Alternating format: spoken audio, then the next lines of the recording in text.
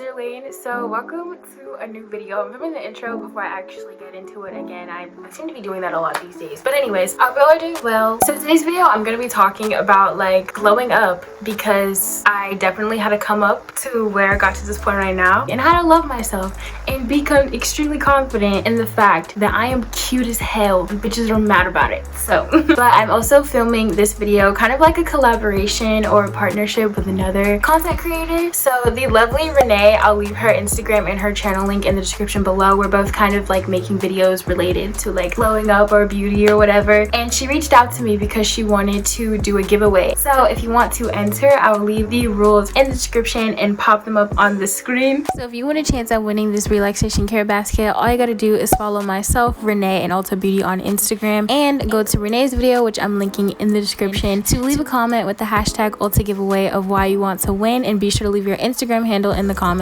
because we're gonna be DMing winners. There's gonna be two, one from my channel and one from her channel. So good luck to all who enters. Just a little self-care session, if you will, because self-care is definitely an essential part of just mental health and making sure, you know, you feel as good on the outside as you want to feel on the inside. Because I support that message so much, I was totally down to make a video and do it with her. Thank you so much to Renee for reaching out to me. I really enjoyed collaborating with you on this video, and again, I'll leave her Instagram, the rules to the giveaway, and her YouTube in the description so you can watch her video after mine. Don't fuck with my watch time. So anyways, let's get on into it.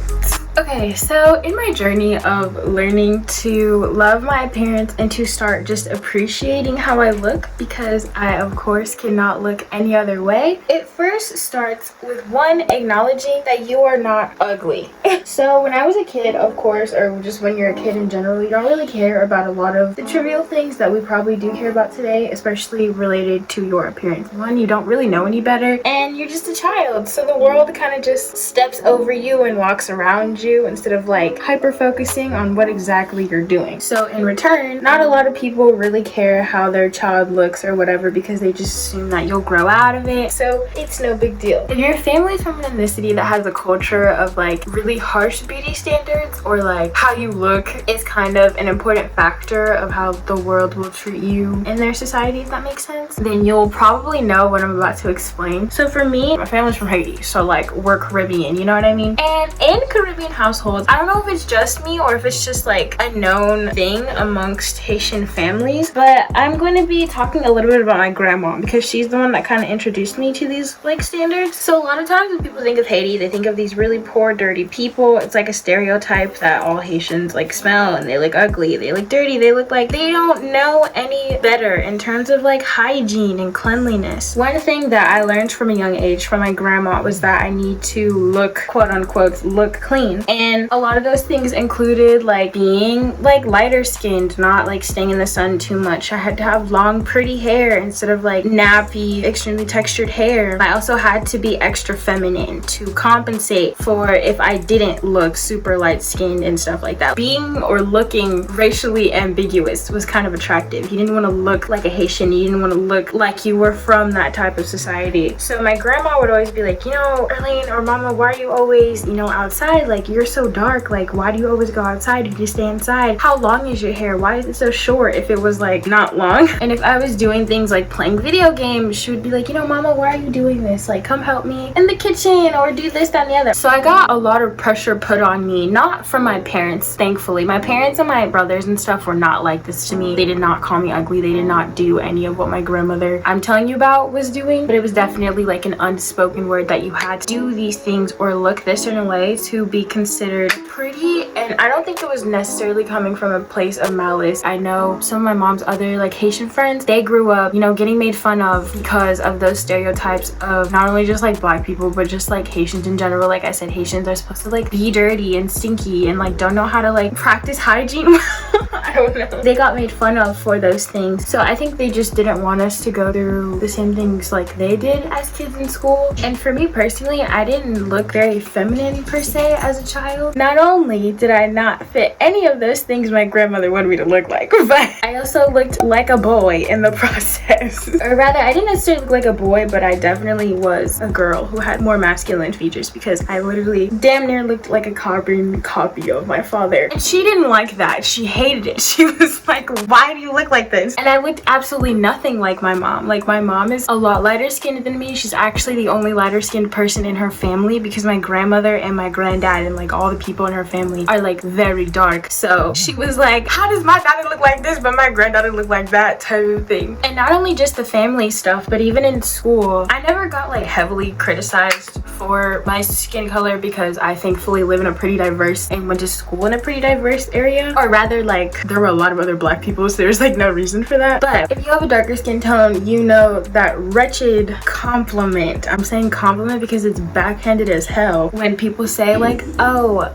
you're pretty for a dark skinned girl. Like, what type of compliment is that? Because it's not a compliment, it's actually so backhanded. And I've heard that, Jesus Christ, one too many times in my life. Like, I get that it's not coming from a place of malice because they're calling you pretty, yeah, but like to call me pretty just for a dark skinned girl, which means you're implying most of the time dark skinned girls are ugly, but like you're pretty. Like, what the hell? That's so fucking weird. The most recent case of it, this was like sophomore or junior year, and I was literally in the bathroom like with another girl. I'm not gonna call her my friend because we were not friends, and like she was black too. She was like lighter than me. She was definitely more brown skinned than just like dark skinned. She was like, yeah, Arlene, you're so pretty. Like, you're so pretty for a dark skinned girl. And I was like, I did not just hear you, a black person. I did not hear that just come out of your mouth. I mainly had my problems, if you will, with my appearance in middle school because I don't know what they were putting in our strawberry milk, but there were these inexplicably beautiful girls at my middle school. If you went to my middle school, you probably have ideas of who I'm talking about. There were people who looked so grown in middle school. I was like, how do you look like this prepubescent? That doesn't make any sense. I started like really struggling with learning how to accept myself because it's like, how can I even think of loving who I am when there are girls who look like this at school? It doesn't make any sense. And like not getting any male attention when I'm literally 12. I don't need a boyfriend. But anyways, but then I came to the conclusion that like, Irlane, you're really not ugly. When you take a break with the comparisons and with trying to fit these beauty standards that like your family, or in my case my grandmother, wanted me to fit, it's just like, I am my own kind of beautiful in a very cliche 2012 Tumblr post type way. I think that's when I learned that beauty just kind of goes past appearance. It's also more about like your charms and what you bring to the table just as a person, not just your face. And I started to embrace that. And when I went to high school too, like I definitely felt like I was developing a lot slower, not in terms of my body but my face. I felt like I had a child's face for such a long time. You know, again, I went to school with these like mature ass looking people and I was like, why do I not look like you when we're the same damn age? Sophomore, junior year kind of, I realized like, Irlane, you're really not ugly. Like, you don't really take care of yourself as much as you should, because I definitely like wasn't as into skincare. I didn't know how to do my hair or really like dress in a flattering way. Sophomore year was kind of the year where like I experimented a lot with my hair and I would try to wear a little bit of makeup to school, nothing too crazy. And then I realized, like, upon having fun making outfits, having fun waking up early to do my hair and put on makeup, I realized like, Irlane, you're really not that ugly. Like, you just keep comparing yourself to other people that look literally nothing like you, like not even a little bit. And I was like, yeah,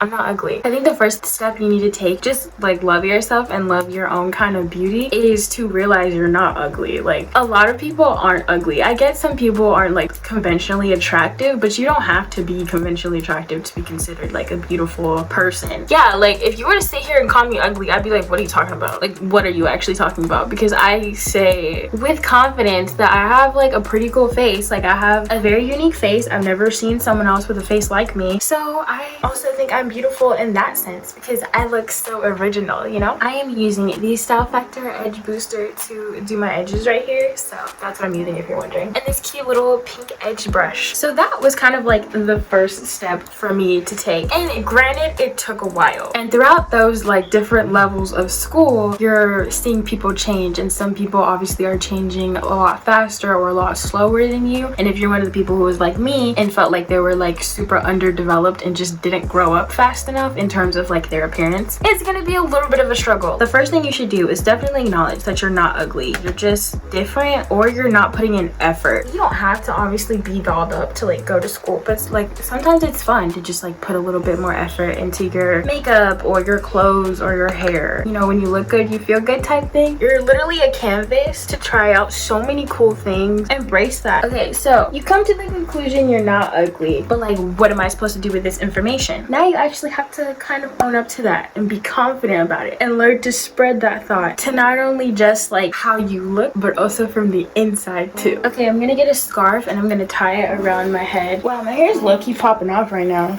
So these are gonna lay, and while I do that, we're gonna actually do my makeup. And I'm also gonna pop in some color contacts, so I'll be back. My eyes are a little watery because I haven't put on contacts in so long. I actually didn't get these from any website. I got them from an actual eye doctor because my mom likes to wear color contacts, so our lady just gives us like the testers for free. These are the Dailies Color One Day contact lenses in the color Mystic Gray for anyone who gives a crap. But yeah, these are what they look like. I wanted to pop them in just for fun because I feel like I haven't worn these on a video. Anyways, everything I'm going to be putting on my face is going to be in the description. I literally use the same makeup products. So yeah, after I came to the realization that I'm definitely not an ugly person, I started to more accept the compliments of people calling me pretty, because I used to deflect those compliments all the time. I'd be like, no, like I'm not pretty, chill out, you're lying to yourself. Then I needed to actually learn how to like embrace that and learn how to love it, because it's one thing to just acknowledge it, but it's another thing to actually like take into account that acknowledgement and take action and actually long-term accept and love the fact that you look the way you do and you are the way you are. That's what had to happen. And in between that process, I definitely had nights of like wondering, how are some people so lucky to have literally everything that you want in just like one spot? Like, it's actually crazy how pretty some people can be. It's astronomical. Also, another thing of like, you know, the reason why you only crave and want these things is because other people like ravage and rave about how much they love this one type of feature on this type of person, or how they love when this person wears or does this thing because it's deemed attractive in some way. Seeing those opinions are good, don't get me wrong, but you should only be using other people's opinions to help form one of your own, but not make that opinion of the other person yours. If I say apples are better than oranges, you shouldn't automatically agree with me and say apples are better than oranges just because I said it. You should be able to formulate your own reasons as to why you think apples are better than oranges, or if oranges are better than apples, based off your own research, your own viewpoints on those two fruits, instead of just simply agreeing with me because I said so, if that makes sense. And the same thing goes for what is deemed attractive, or what is deemed beautiful, or who is considered ugly, or who is considered attractive. No one can really pinpoint their own thought because they keep making their thoughts the thoughts of other people. And for that reason, majority of the time, people don't ever really know what they think is attractive or what they think is ugly, because they're so used to just bandwagoning on what other people think is attractive or what other people think is ugly. And that is why, not only what I'm gonna say or why people just say in general, confidence is such a beautiful thing. And let me tell you why. As long as you own your shit, I say this all the time.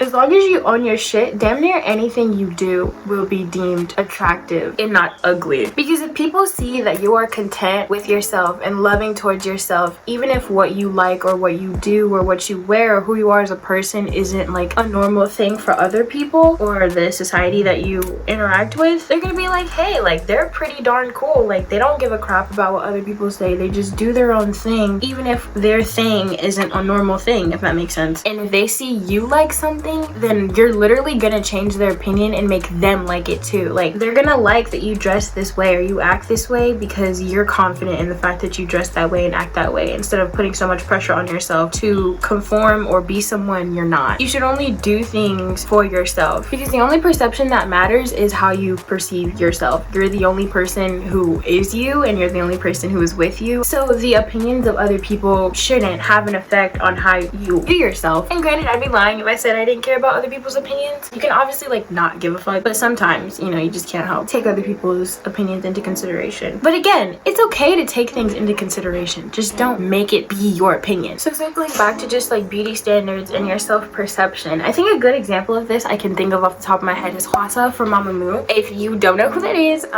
K-pop, anyways, Hwasa visibly is always like very confident in her looks and her body, and she's very aware of the fact that she doesn't fit Korean beauty standards. And back in the day, her company would always force her to like diet to lose weight because she is on the curvier side and she isn't conventionally attractive according to Korean standards. But eventually she kind of came to terms with the fact I look how I look and there's nothing I can really do about that, so why not just embrace it? And she uses the phrase, I became my own beauty standard. And people would look at her crazy, like, she is that size, she looks like that, how is she so confident? What turned into people questioning her, and now I say she's probably one of Korea's, or the K-pop idols, like most iconic, if you will, people, because, you know, she goes against the grain in almost every aspect. And they also realize, you know, her body's really not that bad. Like, she has a nice frame, even if it's not according to Korean standards. And most of the time people base their standards off of those predetermined stereotypes or preferences without actually taking a second to realize what their own preferences are. It's like when you hear a black dude talking about how he doesn't like black women, and they say that because society has always been against darker, more tan skin. Oh no, let me not say tan, because darker and tan are not synonymous. If you are black, like my shade of black or darker, a lot of us went through phases in our lives where we genuinely wanted to like bleach our skin or wanted to like just be lighter, not because we hated our skin, but because everyone made us hate our skin. Like, it was deemed unattractive, you were seen as dirty. It was not ideal. But now that I've grown up to absolutely love my skin color, I love how my skin looks and how it glistens in the sun. And not only that, y'all are just mad because I don't have pimples on my face. I need to knock on wood. I still don't want pimples. Like, I have everything to be in love about with myself because I am a beautiful human being. And that's when I was able to differentiate myself from society's beauty standards and decided to make my own standards for myself. Instead of stressing out about what other people think is attractive, why don't I think about what I think is attractive on me and what makes me feel good, you know? And that's step number 2, after acknowledging that you're not ugly. And once you create your own beauty standards and stop trying to compare yourself to other people, there's kind of almost freedom in that. You're not really pressured to please other people. The only person you want to make happy is yourself. And soon enough, people will start to acknowledge that. Once you start to accept that for yourself, they'll call you handsome, they'll call you beautiful, stunning, pretty, whatever, no matter how well or how not well you fit the conventional look that other people deem as attractive, because you are being your own kind of beautiful regardless of what other labels and pressures that people are trying to put on you. Please make sure that they're realistic. This is something that definitely happens from the inside before it comes on the outside. So be patient with yourself. Allow yourself to have room to grow and have room to change, especially if you are like a teenager or younger and you're growing up. Like, you're gonna change. You're not gonna look at all what you looked like 5 years from now. The same thing goes for everybody. Like, your style changes, your face might change, your body might change. Like, nothing is constant. And another great thing to remember, which I'm constantly reminding myself, we all die at the end of the day, ladies and gentlemen. The end all be all in your grave is not who had the best titties. I'd rather be remembered for being a good person than just being pretty, you know what I mean? Always start from the inside before you even think about going on the outside, because I'm sick and tired of seeing beautiful people that have the worst personalities. Please be pretty and be a good person. It's great. So now that I talked about step 1, step 2, we move on to step 3, which is where I talk about how I look like this, and I'll be sharing like my beauty tips and secrets, if you will. So first things first, we're gonna start with skincare. I know my skin is a talk of the town apparently on my social medias. You guys are always commenting about my skin and how great it is, and thank you so much. That means the world. I take a lot of pride in it. It's one of my charming factors, I think. Your skin is the first thing people see about you, so obviously if it's not looking its best, you probably wouldn't feel your best either. I'm gonna do a full skincare routine soon because I know a lot of you have been asking, of course, but I am missing a few steps that I want to add in. First, I want to say a lot of people ask if I use subliminals to like get the skin I have. I honestly don't even give a little bit of credit to my skin to subliminals. My mom has good skin, my dad has good skin, I have genetically good skin. I've never really had to struggle with acne too much. The only time I break out, I'll actually put some pictures on the screen, to an allergic reaction to a product, or if I'm using really bad water on my skin, and that is exactly what happened like towards the end of 2019 when I moved into this house. I always talk about this. The first kind of tip or secret I have for skincare is to check your water. I don't think you guys realize how much crap sometimes can be in your water if you don't use a filter. You guys see how my skin looks now? It looked nothing like this. It was like a layer of ash and dust got put on my face when I started using that water, and it was literally only 3 days. So now I have a fear of water.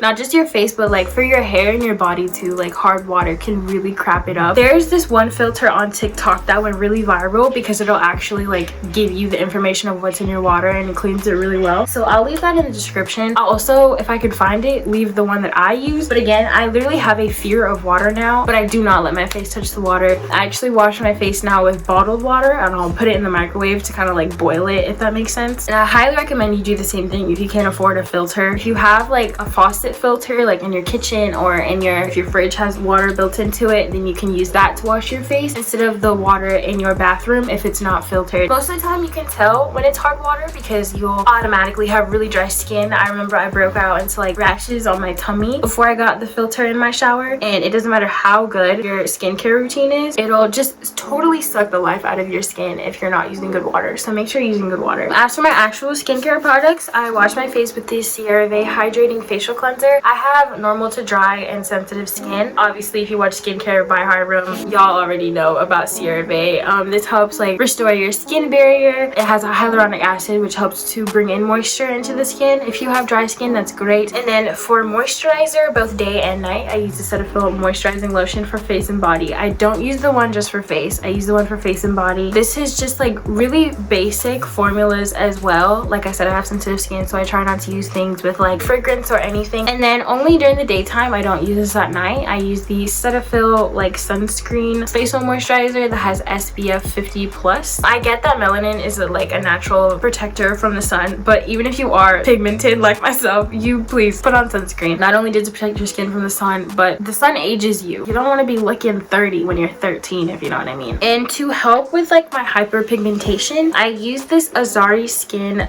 facial brightening cream. I featured this in one of my vlogs, and I actually found out that this company is made by one of my mom's like middle school friends for a long time, and I fell in love with it. And this is what helped me restore my skin color back to normal after that hard water just like crapped me up. So if you're dealing with hyperpigmentation, uneven skin tone, or anything, I highly recommend that. You guys, I've tried so many because a lot of the skin brightening creams and stuff have just a bunch of crap in them that you don't need in your face. This is homemade, all natural. If you're struggling with hyperpigmentation, uneven skin tone, or anything like that, if there's anything you should buy from this video, it is definitely that. Also, this is not sponsored. I'm literally talking about it because I love it so much, and I've had such a fear of trying skincare and trying products because it felt like everything was just breaking me out all the time. That is one thing I will holy grail stand by next to like my CeraVe and Cetaphil. I also use one of these two little spin brushes once a week with my cleanser. Once a week only. Do not use these twice a week. Either on Sunday at the start of the week or Friday at the end of the week, just to get all like the week's dirt and stuff out of my pores, especially if I wear makeup. I also like to use little masks. This is just a random eye mask. I put these under my eyes to depuff. In terms of like actual face mask, I don't really use them like that. I like Korean sheet masks because Koreans have beautiful skin, so of course I'm gonna trust their products. I also used to use this just like honey mask. I would literally just take honey and slather it on my face. You literally just take some raw organic honey, get a little mask brush, and just put it on, leave it on for 15 minutes. Leaves your skin feeling so soft, so moisturized. But I only recommend doing masks once or twice a month. I usually do it once a month at the beginning of the month because I have literally no jawline. I also try to like de-swell my face. I've already mentioned this in a vlog. Facial massages works wonders. I really want to get a facial roller. Face rolling can like help naturally contour you and also like de-swell, depuff. But if you don't have one, you can always use your knuckles. I always massage right here behind the ear because you have like lymph nodes right there, I think, and those hold a lot of toxins. So when you massage them, it helps to get rid of those toxins and de-swell the face right here. And you can just go counterclockwise around your eyes. Please go in instead of out because your blood flows around your eyes like this way and not that way. And we obviously know the frozen spoons. I've been doing that for years. If my eyes are really puffy, just take 2 cold spoons, put them under your eye, and it'll help depuff. Always make sure you're drinking your water. Diet doesn't really have an effect on my skin. I know a lot of people say that, but I can literally eat greasy food and still have clear skin. Always clean your makeup brushes, and a lot of the time, sometimes the makeup has like something in it like you're allergic to. As you can tell, I keep my skincare routine, like the actual things I used to clean my skin with, very simple. When you mix a lot of products together with just a whole bunch of crap in it, those things can obviously react and make you break out. The less, the better, in my opinion, 100%. Anyway, I've been talking my life away. I need to actually do my makeup. So I'm gonna turn off the camera, finish my makeup. Eyeshadow, my mascara, my highlights. I did some blush. I don't even know if you can see it. I just need to do my lips, and I want to show you like how I do my eyebrows, even though I barely touch them. It's kind of get into like my little makeup hacks. Hella dry. Honestly, I don't really have any makeup secrets because I don't really know how to do makeup like that. I keep it very simple. I feel like this is like the most makeup I've ever worn on camera, honestly. A little just general beauty secret is to do makeup that fits your face. I know there's a lot of like makeup trends, kind of like how like in 2016 everybody had literal box brows and was like okay with it. Yeah, no, keep them fairly natural and honestly like a little undone. Like I don't really do my brows. I do them myself and I just use a razor blade to kind of like shape it and like come down on the hair. So when I do want to look a little bit better, usually work on the tail more because I don't have a really defined tail, so I just kind of draw a straight line. And that's it. It's just like a little better, but it's still like my brow. Remember, your eyebrows are sisters, not twins. And that is literally all I do for my brows. For lips, I have this matte liquid lipstick, I'm pretty sure. So I'm gonna take a little bit of gloss, a little bit of this in the center, mix it together. It made a little difference, not that much, but yeah. Now we get to do my hair. So I'm gonna clean up this a little bit because it's so messy and it's kind of overwhelming. Always scarf your head up. I'm going to comb this out. If you have really thick hair, one of these, I like to call it a rake comb, is beautiful because regular combs make me cry. Guys, is this even cute or do it look stupid? But I feel like if I had like little barrettes or something, it would be cuter, but I don't have any. Like I showed you guys earlier, I use my Style Factor Edge Booster with a little brush. What I do is I kind of pull the other hairs back.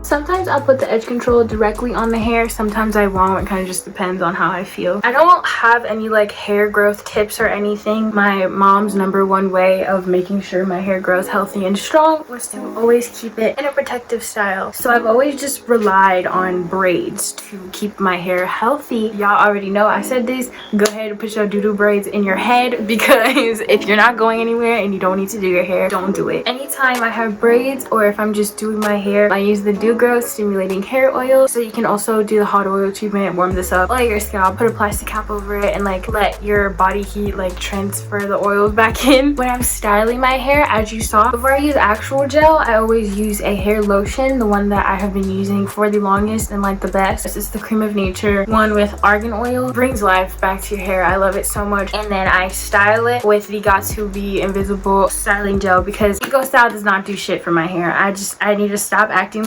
I honestly use Eco Style because everybody else uses Eco Style, but like my hair is just too thick. It's not strong enough. This is the only thing that has successfully really laid my hair down. I only take my natural hair out if it is a special occasion, and filming is always a special occasion. So anyway, this is my hair, this is my makeup, and this is an entire video on how I became not ugly, my glow up story, if you will, or how I started to learn to love my look because as I said earlier, I am a goddamn princess and I am so cute. You're so conceited, you're so narcissistic, and you are jealous. So yeah, that's all I've got for this video. Hopefully it wasn't too long because I have lots of very long clips I need to edit now. Please make sure to enter the giveaway that I mentioned earlier with the lovely Renee. Both of our Instagrams will be in the description, and good luck to all of you who want to enter. Thank you so much. If you're new to my channel, my name is Irlane Saint-Cyr. I'm 19 years old. I live in Atlanta, Georgia, and I would really appreciate it if you would give this video a thumbs up and subscribe. Thumbs up because it helps the algorithm, and subscribe because it's free and I would appreciate it. Also, I heard you lose like 5 years of your life if you don't subscribe with me, so